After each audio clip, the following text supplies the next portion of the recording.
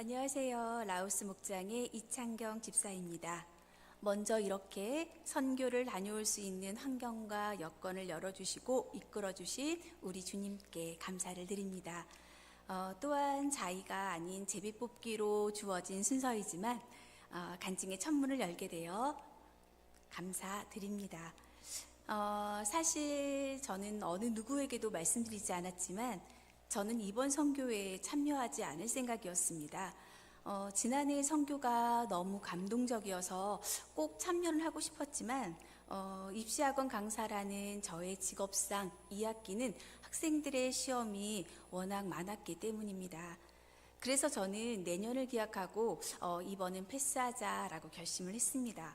그런데 선교 모임의 첫 모임이 있던 날 아동부 행사를 마치고 가방을 가지러 들어간 공간에서 선교팀을 기다리시던 목사님과 조정숙 권사님을 만났습니다.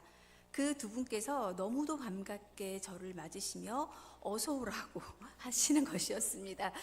그 순간 이 또한 주님의 계획하심이, 주님의 뜻하심이 있을 거라는 생각이 들어 참으로 우연치 않게 참여하게 되었습니다.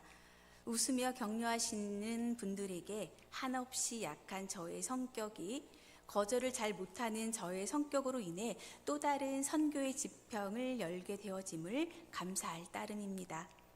이렇게 계획 없이 참여하게 된 선교, 지난해와 같은 필리핀에서의 선교 활동이 있었기 때문에 준비는 수월하게 이루어졌고 나름 또 경험이 있었기 때문에 자신만만하게 선교지로 향했습니다. 하지만 상황은 녹록지 않았습니다.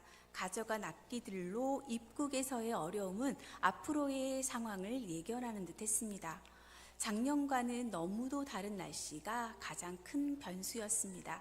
지난해는 필리핀의 뜨거운 태양을 견뎌야 했다면 이번에는 태풍이라는 재난을 헤쳐나가야 했습니다.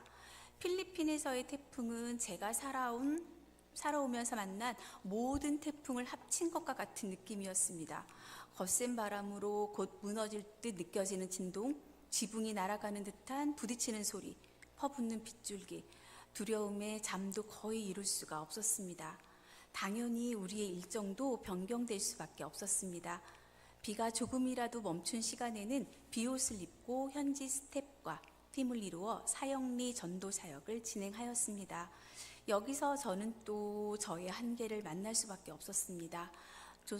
조정수 권사님, 정유지 집사님, 그리고 선교사 사모님과 현지 스태프 이렇게 5명이 팀이 되어서 씩씩하게 출발했지만 그 지역에 풀어져 있던 다양한 동물들이 저를 막아섰던 것이었습니다. 지나가는 개들의 싸울 듯한 짖음이, 언제든 쪼아질 듯 노려보는 닭들이 너무도 무서워 온몸이 굳었고 저의 의지와는 달리 터져나오는 비명소리가 전도 사역을 방해하고 있었습니다. 팀원들에게 너무도 미안한 상황이 벌어지고 있었던 것이었지요. 정유지 집사님은 휴대폰으로 사형리 영상을 주민들에게 열심히 보여주고 계셨고 사라 사모님께서는 통역을 하시고 조정수 권사님은 영접기도에 축복기도까지 해주시고 계신데 저는 너무도 송구하고 도움은커녕 방해받게 되지 않는다는 사실에 그 순간 저는 제 자신이 참으로 한심하고 싫었습니다.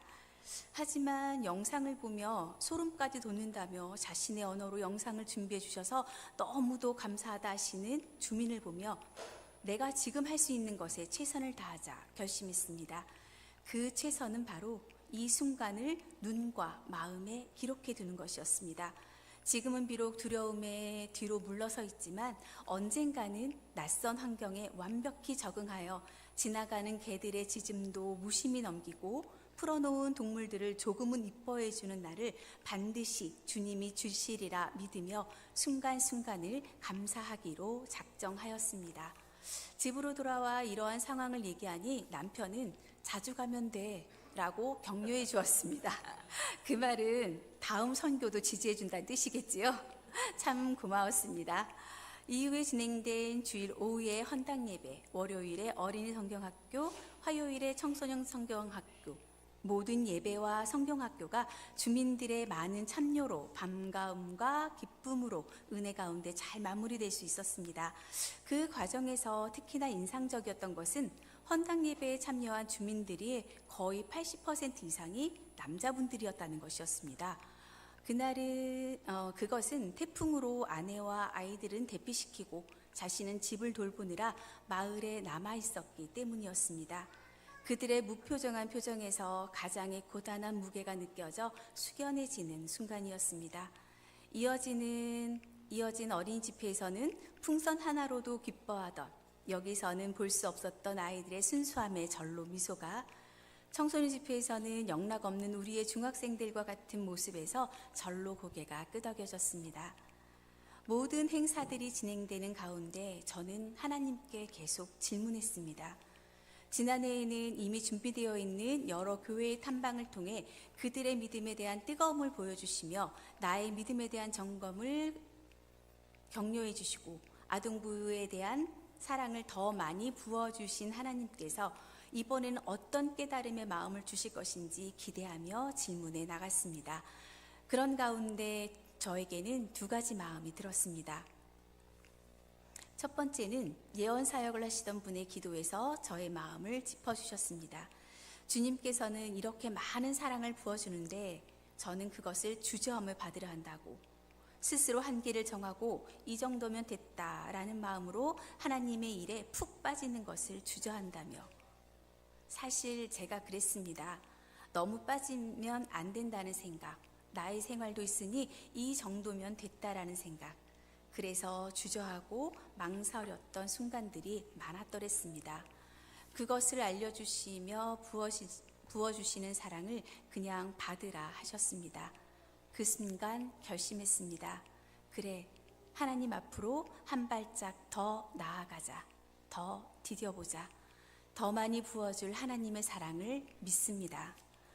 두 번째는 아동부에 대한 마음이었습니다. 아동부 아이들과 언젠가는 함께 이곳에 와서 이곳의 아이들과 함께하는 성경학교를 열고 싶다는 마음이 부어졌습니다.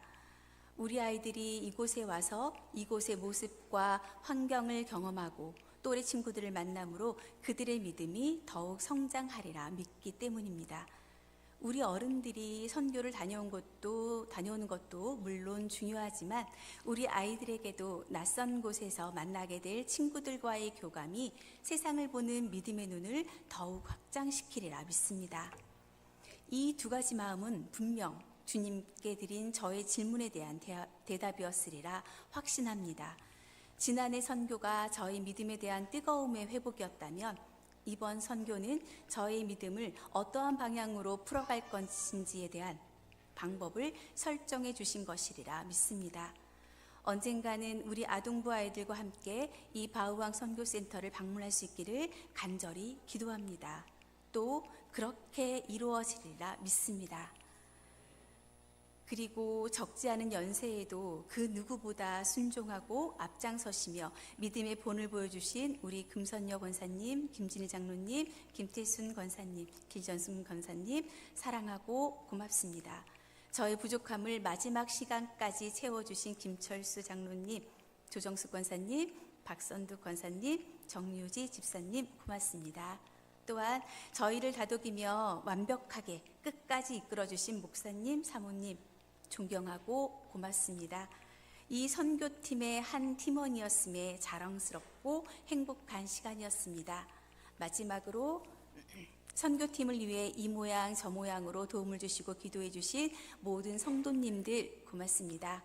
앞으로도 이어질 간증에서 더욱 다양한 은혜가 나누어져 모든 우리 베델의 성도님들이 함께하는 선교가 되기를 바라고 소망하며 저의 이야기를 마치려 합니다.